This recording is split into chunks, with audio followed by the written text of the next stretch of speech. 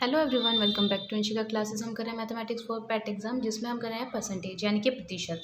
आइए देखते हैं कुछ क्वेश्चंस और प्रतिशत के। उसका हम एक पार्ट कर चुके हैं। अगर किसी ने फर्स्ट पार्ट नहीं किया है तो पहले वो फर्स्ट पार्ट करे, उसके बाद सेकंड पार्ट देखें। Before starting the video please guys like share and subscribe the channel. चलिए स्टार्ट करते हैं। फर्स्ट क्वेश्चन देखिए, दो संख्याएँ एक तीसरी संख्या से क्रमशः 12 सही 1/2% तथा 25% अधिक है। पहली संख्या दूसरी संख्या का कितने प्रतिशत है। हमें क्या कहा गया है, दो संख्या है, एक तीसरी संख्या से वो इतनी और इतनी अधिक है। देखिए कैसे सॉल्व करेंगे इस टाइप के क्वेश्चंस को। सबसे पहले तो हम क्या करेंगे, तीसरी संख्या मान लेंगे।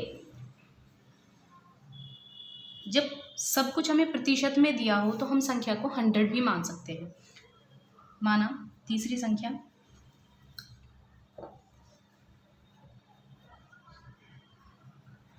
माना तीसरी संख्या क्या है हमारी 100 है। तब पहली संख्या कितनी होगी, पहली संख्या इन्होंने कहा है 12 सही 1/2 प्रतिशत अधिक है, और दूसरी संख्या 25%। तो पहली संख्या 100 प्लस 12 सही 1/2 इतनी अधिक है ना, इसको ऐड कर दीजिए, कितना आ जाएगा 112 सही 1/2 प्रतिशत। अब दूसरी संख्या क्या होगी, 25% अधिक है। पहली संख्या कितनी थी 100, तो 100 में कितना हो जाएगा 25 ऐड हो जाएगा, ये प्रतिशत नहीं है संख्या है, प्लस 25 यानी कि दूसरी संख्या हो जाएगी हमारी 125। अब आगे क्या कहा है, पहली संख्या दूसरी संख्या का कितने प्रतिशत है। देखिए पहली संख्या यानी कि 112 सही 1/2 दूसरी संख्या का यानी कि 125 का कितने प्रतिशत है, यानी कि कितना 100 से मल्टीप्लाई करेंगे। इसे सॉल्व कर लीजिए। जब इसे मल्टीप्लाई करेंगे तो क्या आएगा, 224 और 1 225 अपॉन में 2 और 125 के साथ मल्टीप्लाई में आ जाएगा इंटू 100। 25 चौक 100, 25 पंजे 125, 5 चौक 20, 5 पंजो 25 और 2 दूनी 4, 45 दूनी 90, यानी कि पहली संख्या दूसरी संख्या का 90% है। यही हमारा आंसर होगा। आई होप आपको ये क्वेश्चन समझ आया होगा। इस टाइप के क्वेश्चंस एग्जाम में काफ़ी बार पूछे जाते हैं। चलिए देखते हैं नेक्स्ट क्वेश्चन। नेक्स्ट क्वेश्चन क्या है, यदि नीता का वेतन पायल के वेतन से 25% अधिक है। नीता का वेतन पायल के वेतन से, पायल का जो भी वेतन है उससे अधिक है नीता का वेतन, कितना 25%। तो पायल का वेतन नीता के वेतन से कितने प्रतिशत कम होगा। अब देखिए कुछ लोग देखते ही सोचेंगे अगर नीता का 25% अधिक है तो पायल का 25% कम होगा। तो ऐसा नहीं होता है परसेंटेज में। देखिए अभी सॉल्व करके हमें पता चल जाएगा ऐसा क्यों नहीं होता है। नीता का वेतन पायल के वेतन से 25 अधिक है, तो पायल का वेतन मान लेंगे हम 100 है, क्योंकि परसेंटेज में बात चल रही है। पायल का वेतन कितना मान लिया 100, ये हमने खुद से माना है। तब नीता का वेतन कितना होगा, 25% अधिक है, यानी कि 100 प्लस 25 125 हो जाएगा। तो पायल का वेतन नीता के वेतन से कितने प्रतिशत कम है। पायल का वेतन नीता के वेतन से, पहले तो इन दोनों के वेतन का डिफरेंस देख लीजिए। नीता का वेतन और पायल के वेतन में कितना डिफरेंस है, 25 का डिफरेंस है ना, अपॉन में नीता के वेतन से यानी कि 125 से इसका कितना प्रतिशत है। अब इसको सॉल्व कर लीजिए। 25 पंजे 125, 5 दूनी 10 यानी कि 20%। तो पायल का वेतन नीता के वेतन से कितने प्रतिशत कम है, 20%। तो इसका ऑप्शन हो जाएगा हमारा सेकेंड। आई होप आपको ये क्वेश्चन समझ आया होगा। नेक्स्ट क्वेश्चन देखते हैं, यदि ए की आय बी की आय से 25% कम हो। देखिए यहाँ पे हमारे पास अधिक थी, नेक्स्ट क्वेश्चन में क्या लिया हमने, कम हो, तो बी की आय ए की आय से कितने प्रतिशत अधिक होगी। चलिए देखते हैं। अब ऐसा नहीं है कि इसमें 25% कम है और इसमें 25% अधिक है, तो पहले 20 आया तो अब भी 20 आएगा, ऐसा नहीं होता है। क्योंकि यहाँ पे अधिक था यहाँ पे कम है, तो इसलिए हमारा क्वेश्चन बिल्कुल चेंज हो गया है। देखते हैं कैसे करेंगे। देखिए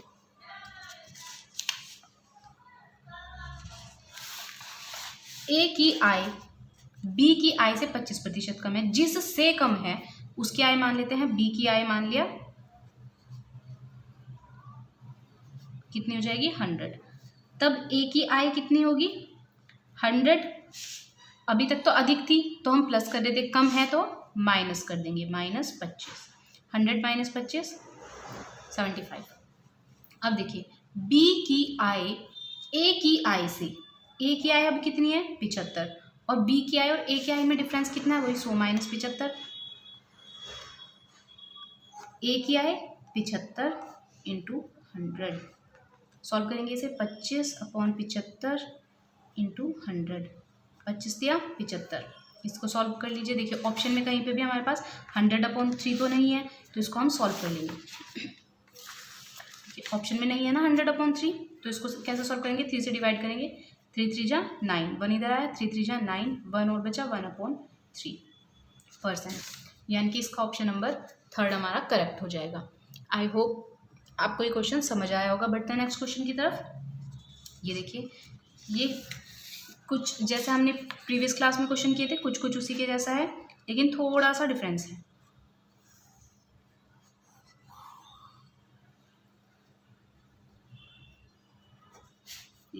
ए का जहाँ पे का होगा वहाँ पे मल्टीप्लाई 60% इक्वल्स टू बी का 3/4, ये हमें गिवन है। और ए रेशो बी का मतलब होता है हमारा कि A/B पूछा है, ठीक है। जब भी आपसे रेशो पूछा जाएगा तो उनका ऐसे डिवाइड में भिन्न के रूप में उन्हें लिख लीजिए।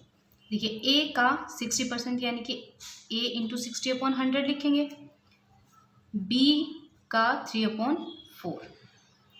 अब ए के अपॉन में बी को लेके आ जाइए, क्योंकि हमें A/B निकालना है ना, तो A/B इससे कैंसिल हो जाएगा, 3 दूनी 6 और 4 दूनी 8, 4 पंजे 20, 25 ऊपर और 20 चला जाएगा नीचे, 25/20, 5 पंजे 25, 5 चौक 20।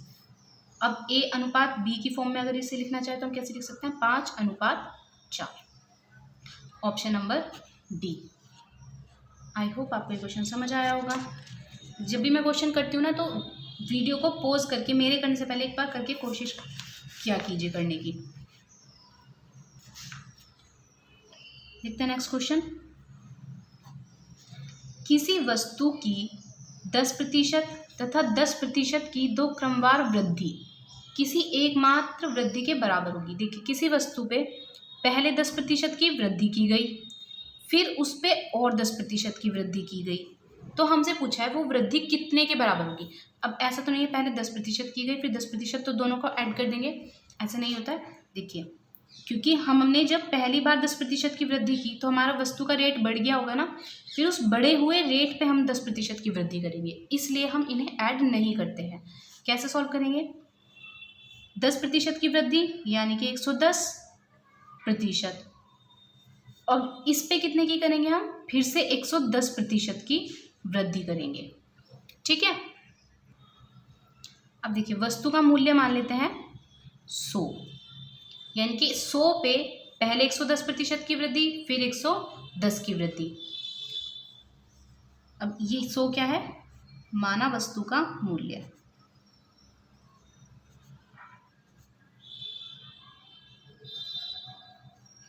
प्रतिशत की जगह 100 से मल्टीप्लाई कर देते हैं, डिवाइड कर देते हैं, 100 × 110/100 × 110/100, 100 से 100, 1 0 से 1 0, 2 0 से 2 0, 11 की 11 में मल्टीप्लाई करके आता है 121। अब इसमें से 100 तो हमने खुद से माना था ना वस्तु का मूल्य, तो 100 कर दीजिए माइनस, यानी कि 121 - 100 कितना आ जाएगा 21%। तो हमारा जो बढ़ा हुआ मूल्य होगा वो कितना होगा 21%। अब देखिए ये तो था हमारा थोड़ा लॉजिकल मेथड।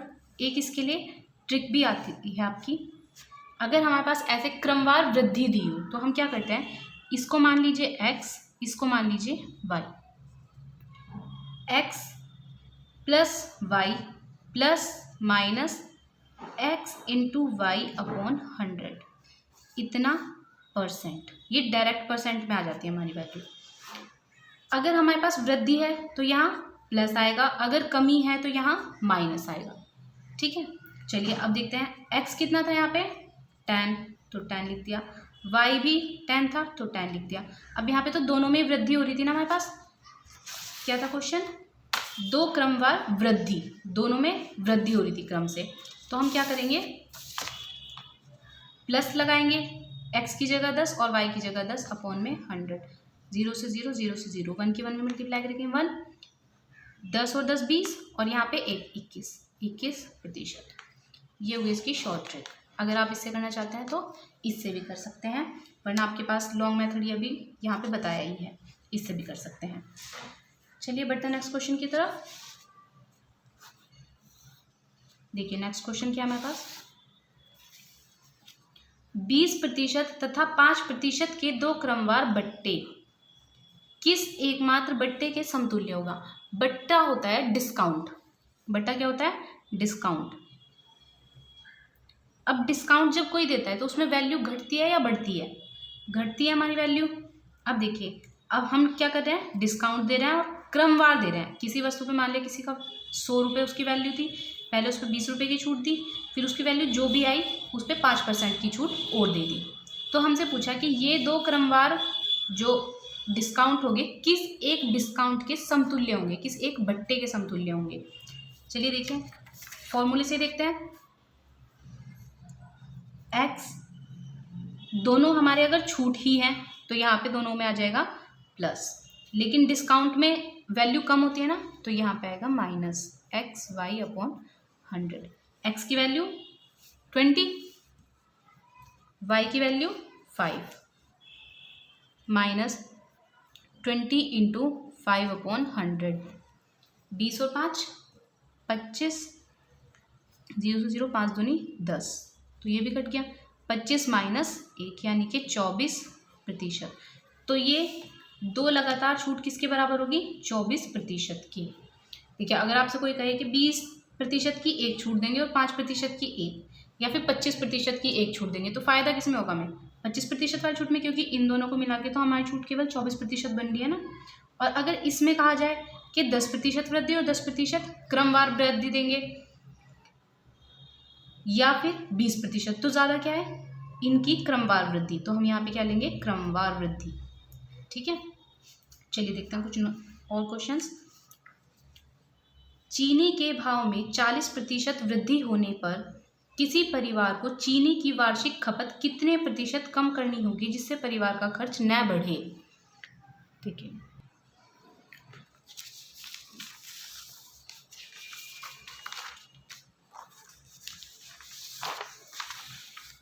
देखिए क्या कहा है, चीनी के भाव में 40% वृद्धि होने पर किसी परिवार की चीनी की वार्षिक खपत कितने प्रतिशत कम करनी होगी। यानी कि चीनी का भाव तो बढ़ गया, अब हमें जो हमारे पास टोटल पैसे हैं वो इक्वल हैं, तो हमें खपत में कम करनी पड़ेगी, खर्चा अपना कम करना पड़ेगा ना। तो खर्चा कितना कम करना पड़ेगा ये हमें बताना है। देखिए मतलब कितनी हम चीनी खर्च करेंगे। अब देखिए सबसे पहले तो माना चीनी की पहली खपत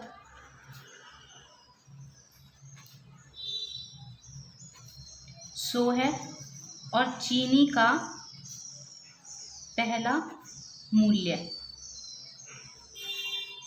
100 रुपये पर केजी है। 1 किलोग्राम कितने की है, 100 रुपये की है, और खपत कितनी है 100, यानी कि 100 किलोग्राम वो खपत कर रहे हैं और 1 किलोग्राम 100 की है। तब कुल खर्च कितना होगा, खपत गुना, यानी कि जो हमारे पास 100 किलो, अगर 1 किलो 100 की है, हम 100 किलो ले रहे हैं, तो कितने रुपए जाएंगे हमारे पास, 1 किलो के लिए 100, 100 किलो के लिए 100 गुना 100, यानी कि 100 गुना 100, यानी कि 10,000 रुपये। अब देखिए चीनी के भाव में कितने प्रतिशत वृद्धि हुई, 40%। तब नया मूल्य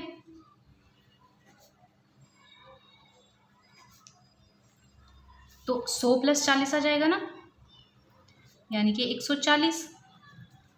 और नई खपत कितनी होगी, अब हमें खपत कम करनी है, तो 100 में से मान लिया जो हमें खपत कम करनी है वो है x, तो 100 में से x माइनस कर देंगे। हमें इतनी कम करनी है, जब ज़्यादा करनी थी यानी कि बढ़ा था तो हमने क्या किया था, प्लस कर दिया था, लेकिन हमें गिवन था तो 40 को ऐड करके 140 आ गया था। अब हमें क्या करना है, खपत को कम करना है। कम करने के लिए माइनस कर देंगे और उसे हमने क्या मान लिया x। अब देखिए पहले हमारा कुल खर्च था इतना, अब नया खर्च कितना होगा 140 इंटू 100 माइनस एक्स, या फिर अंदर मल्टीप्लाई कर दीजिए 140 20 माइनस 140 एक्स। हमने ये जो कुल खर्च था हमारा ये इक्वल रखना है ना, बराबर रखना है, यानी कि उसके खर्च में कोई भी वृद्धि ना हो।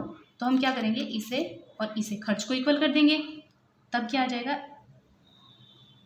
माइनस 140 एक्स बराबर करना है हमें कि हमारे पास 10,000 के इक्वल ही आ जाए। यहाँ से हम क्या निकालेंगे खपत के, कितनी खपत हमें कम करनी है।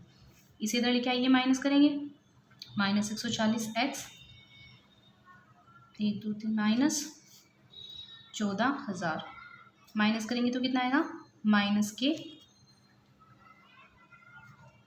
1 2 3 और 4 माइनस 4,000 माइनस 140 एक्स।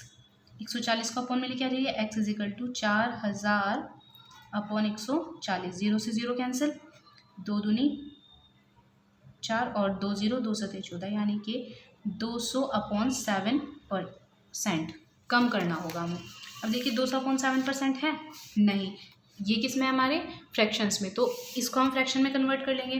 कैसे करेंगे देखिए 7 दूनी 14 बचा 6, अब 2 से हमारे पास यहाँ पे 3 है, तो इन तीनों में से ऑप्शन ढूंढना तो हमें टफ पड़ जाएगा, तो हमें ये वाली डिजिट भी निकालनी पड़ेगी। 7 8 56, 8 बार चल जाएगा ना 56 बचा 4 सही, तो क्या आ जाएगा इसका ऑप्शन नंबर सेकंड हमारा आ जाएगा सही। ये थोड़ा बड़ा क्वेश्चन है, अगर आप प्रैक्टिस करेंगे तो आप ये सब स्टेप खा सकते हैं, जैसे ये वाला स्टेप लिखना, ये वाला आप डायरेक्ट ये वाली इक्वेशन बना सकते हैं और ये इक्वेशन बना के इसको सॉल्व कर सकते हैं। यानी कि अगर आप प्रैक्टिस करें तो आप इसे इतने से पार्ट में सॉल्व कर सकते हैं। आई होप आपको ये क्वेश्चन समझ आया होगा। अगर एग्जाम में टाइम बचता है तो आपको ये अप्रोच भी आप लगा सकते हैं। चलिए बढ़ते हैं नेक्स्ट क्वेश्चन की तरफ। देखिए नेक्स्ट क्वेश्चन क्या है, चीनी के मूल्य में 10% कमी होने पर गृहिणी 1116 में 6.2 किलोग्राम चीनी अधिक खरीद सकती है। यानी कि वो कितने रुपए में 1116 रुपये में वो चीनी खरीदती थी और 6.2 किलोग्राम चीनी फालतू खरीद सकती है और एक्स्ट्रा खरीद सकती है। चीनी का घटा हुआ मूल्य प्रति किलोग्राम में कितना है, यानी कि 1 किलोग्राम पे कितना मूल्य घटा है। 10% की कमी हुई है तो 1 किलोग्राम पे बताना है। देखिए कैसे करेंगे इसको। देखिए सबसे पहले हम क्या मानेंगे, माना जो पहले भाव था, अब अभी तक हम 100 में बात कर रहे थे, लेकिन कब कर रहे थे जब हमारे पास पूरी की पूरी जो क्वेश्चन था उसमें सिर्फ सब कुछ परसेंटेज में था, लेकिन यहाँ पे क्या है रुपीज़ में भी है और किलोग्राम में भी है। तो हम यहाँ पे क्या मानेंगे, भाव को x मान लेंगे, ठीक है, कितना है x प्रति किलोग्राम। तब नया भाव 1 किलोग्राम कितने की है, x रुपए की। अब देखिए जो नया भाव है उन्होंने क्या कहा 10% की कमी हो गई। 10% की कमी का मतलब क्या है 100 माइनस 10% किसका, x का। नया भाव ये तो होगा x के, मतलब जो पुराना भाव था वो x था, अब जो कमी होगी वो भी तो x में ही होगी, तो 90% ऑफ x, यानी कि 90/100 ऑफ x, यानी कि 0 से 0 कैंसिल कर देंगे तो यह आ जाएगा 9/10x। जो नया रेट हो गया वो कितना हो गया हमारा 9/10 रुपये पर किलोग्राम। 1 किलोग्राम के लिए इतने रुपए हमें देने हैं। अब देखिए जब नया भाव हमारा कम है तो हमारे पास जो अब हम खपत कर रहे होंगे, यानी कि जो हम चीनी यूज़ कर रहे होंगे वो एक्स्ट्रा होगी, यानी कि नई चीनी जो होगी वो यूज़ करेंगे वो ज़्यादा होगी। कितने रुपए में 111 रुपये में। तो 111 रुपये 1116 रुपये की तो हम टोटल चीनी लेके आ रहे हैं। 1 किलो कितने की है 9x/10 की, तो हम टोटल कितनी चीनी यूज़ कर रहे हैं 1116/9/x। पहले कितनी कर देते 1116/x, ये x क्या है, 1 किलोग्राम का रेट, और ये जो टोटल रुपए हम दे रहे हैं। ठीक है, देखिए आपने किसी दुकानदार को दिए 50 रुपये, ठीक है, कि मुझे 50 रुपये की चीनी चाहिए। उसने आपको दे दी 5 किलो चीनी। चीनी जो है वो 10 किलोग्राम 10 रुपये पर किलोग्राम हो रही है। ठीक है, तो आपको कितनी चीनी मिलेगी, 10 से डिवाइड करके देख लेंगे, 5 किलोग्राम। यहाँ पे यही कॉन्सेप्ट लगा है हमारा। टोटल 1116 रुपये दिए, कितनी चीनी आएगी, क्योंकि रेट तो हमारा ये है तो हम डिवाइड करके देख लेंगे। अब पुराना रेट क्या था, x था, और हम पैसे कितने दे रहे थे, इतने ही दे रहे थे। तो इन दोनों का अंतर इन्होंने दिया है कि 6.2 किलोग्राम चीनी अधिक खरीद रहा है, यानी कि ये और ये, इसका अंतर कितना हो जाएगा, 6.2 kg। अब इसको कर लेते हैं सॉल्व। देखिए 1116 के अपॉन में 10 इसके साथ मल्टीप्लाई में आ जाएगा, अपॉन में 9x माइनस के 1116 अपॉन में x is equal to 6.2। x को इधर लेके चल जाइए, क्योंकि हमें तो x की वैल्यू चाहिए ना। इसे सॉल्व कर लीजिए, 9 से देखिए डिवाइड हो सकता है क्या, 9 एकम 9, और कितना बचा, 10 11 2 दूनी 18, और 9 दूनी 18 19 20 21 3 9 जो 36, और एक ये 0 अपॉन में x माइनस 1116 अपॉन में x इज इक्वल टू 6.2। अब x को ले जाइए इधर, 1240 minus 1116 is equal to 6.2 into x. Minus कर लीजिए, 10 में से 6 गए 4, 3 में से 1 गए 2, और 2 में से 124। 6.2 को इधर अपॉन में लेके आ जाइए, into is equal to x, is equal to x. Point हटाया, 0 घटाई। इसको देखिए, ये किसी डिजिट से, मतलब ये कट जाएगा आपस में, 2 से काट लेते हैं, 2 3 6 2 एकम 2 2 6 12 2 दूनी 4 31 दूनी, तो x की वैल्यू कितनी आ गई हमारी, 20 रुपये पर किलोग्राम। यानी कि पहले चीनी का भाव कितना था, 20 रुपये पर किलोग्राम। 1 किलोग्राम कितने की थी, 20 की। अब नया भाव देखिए, हमें तो घटा हुआ मूल्य बताना है ना, तो घटा हुआ मूल्य कितना आया था, घटा मूल्य कितना आया था, 9/10x। नया भाव या घटा मूल्य बात है कि 9/10x में हम क्या करेंगे, x की वैल्यू रख देंगे, 0 से 0 9 दूनी 18 रुपये पर किलोग्राम। तो यानी कि हमारा कौन सा हो जाएगा आंसर, 18 रुपये। तो नया मूल्य क्या है, 1 किलोग्राम 18 रुपये की आ रही है, 2 रुपये की कमी हो गई है। ठीक है, आई होप आपको ये क्वेश्चन अच्छे से समझ आया होगा। चलिए बढ़ते हैं नेक्स्ट क्वेश्चन की तरफ। देखिए, एक व्यक्ति की मासिक आय 13,500 थी तथा उसका मासिक व्यय 9,000 था। अगले वर्ष उसकी मासिक आय में 14% वृद्धि तथा व्यय में 7% वृद्धि हुई। उसकी बचत में कितने प्रतिशत वृद्धि हुई। देखिए क्या था, मासिक आय थी उसकी 13,500,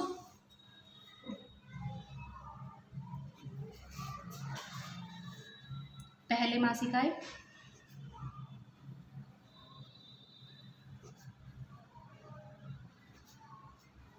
13,500 रुपये। नई मासिक आय कितनी होगी,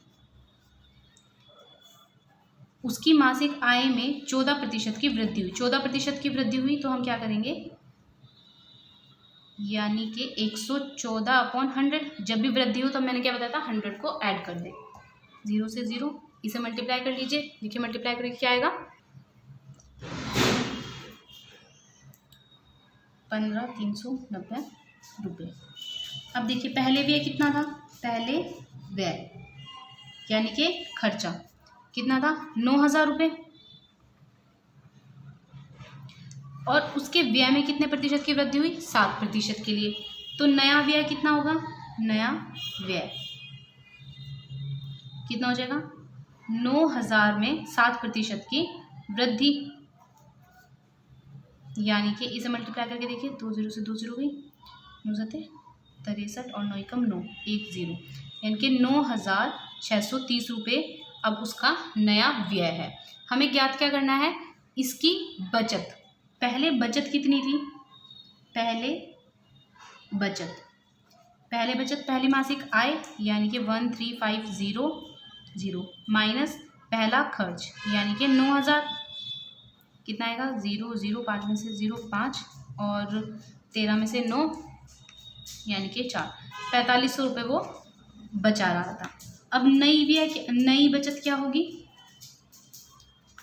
नई आय यानी कि 15,390 और नया खर्च 9,630, इनका अंतर कितना आएगा 0 6 और 13 में से 6 माइनस करिए 7 और 14 में से 9 5 यानी कि 5,760 रुपये। अब उसकी बचत कितनी है 5,760 रुपये।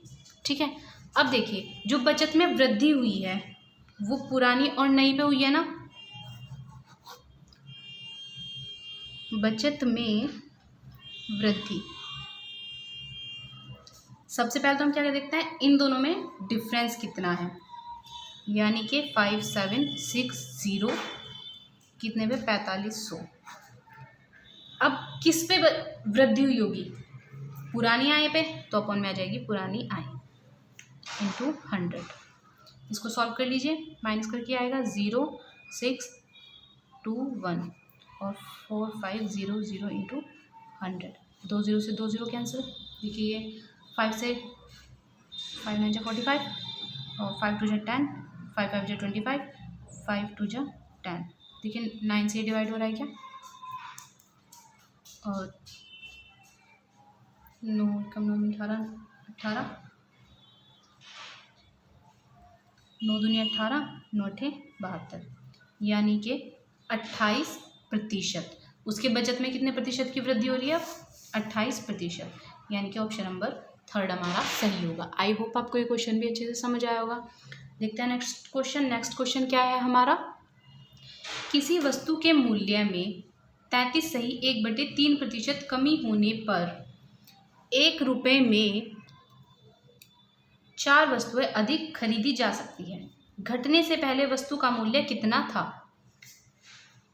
देखिए पहले मूल्य था उसमें हमें नहीं पता कि 1 रुपये में कितनी वस्तुएं खरीदी जाती हैं, लेकिन उसके मूल्य में 33.1/3% की कमी हुई और उसके बाद 4 वस्तुएं अधिक खरीदी जाती हैं। तो सबसे पहले हम क्या करेंगे, मान लेंगे, माना पहले 1 रुपये में x वस्तुएं खरीदी जाती हैं,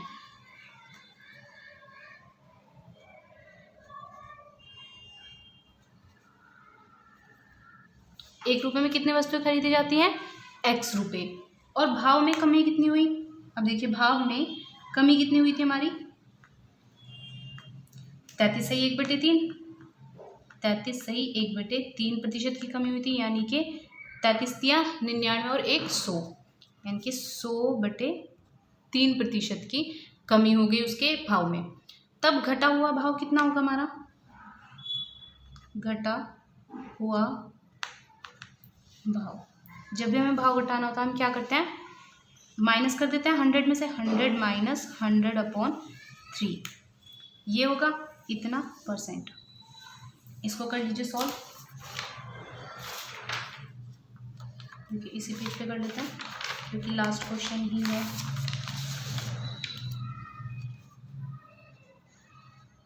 क्या आ जाएगा, 300 माइनस 100/3 यानी कि 200/3%। ठीक है, अब 1 रुपये की x वस्तुएं आ रही थी तो हमारा भाव, और हमारा भाव कितना घट गया, 200/3% हमारा भाव घट गया। तो हमारी जो x वस्तुएं होंगी वो कितने में आ जाएंगी, 1 रुपये के 200/3% में x वस्तुएं आ जाएगी ना, क्योंकि हमारा भाव इतना घट गया। 1 रुपये पे अगर इतना घटाएंगे तो तब हमारी वस्तुएं x आएंगी। अब देखिए परसेंटेज का मतलब क्या होता है हमारा, 100 से डिवाइड, 100 से 100 cancel, is equal to x। अब देखिए 2/100 ₹3 में तो हमारी x वस्तुएं आ रही हैं अब रेट घटने के बाद। तो ₹1 में कितनी वस्तुएं आएंगी? x इंटू 3/2 यानी कि 3x/2 वस्तुएं क्या आएंगी अब हमारे नए भाव के हिसाब से आएंगी। और यही हमें क्या दिया हुआ है? अंतर, कि जो नई वस्तुएं हैं माइनस जो पुरानी वस्तुएं आती हैं उनका अंतर क्या है? 4 वस्तुएं एक्स्ट्रा आने का मतलब क्या है? नई वस्तुएं माइनस पुरानी वस्तुएं बराबर 4। इसे सॉल्व कर लीजिए। 3x - 2x/2 = 4।